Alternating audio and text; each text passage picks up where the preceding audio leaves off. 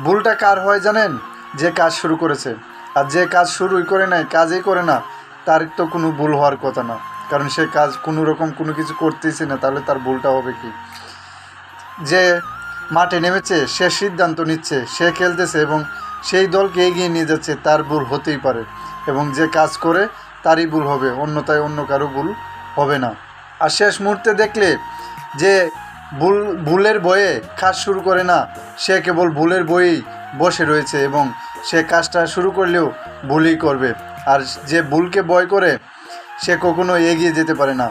কারণ ছোট ছোট ভুলকে যে ভয় করে বসে থাকে, সে কখনো শুরু করে তা শেষ করতে পারে না। তাই কখনো নিজেকে ছোট ছোট ভুলকে কখনো বড় করে না দেখে তা শুধরিয়ে নেওয়ার চেষ্টা করুন। কারণ এই পৃথিবীতে যারা বড় হয়েছে সবাই কোনো না কোনো ভুল করেই বড় হয়েছে এবং তারা কখনো থেমে থাকেনি। তাই কখনো তুমিও থেমে থেকো না, তুমিও এগিয়ে চলো, দেখবে সফলতা একদিন তোমার দুয়ারে এসেই পৌঁছবে।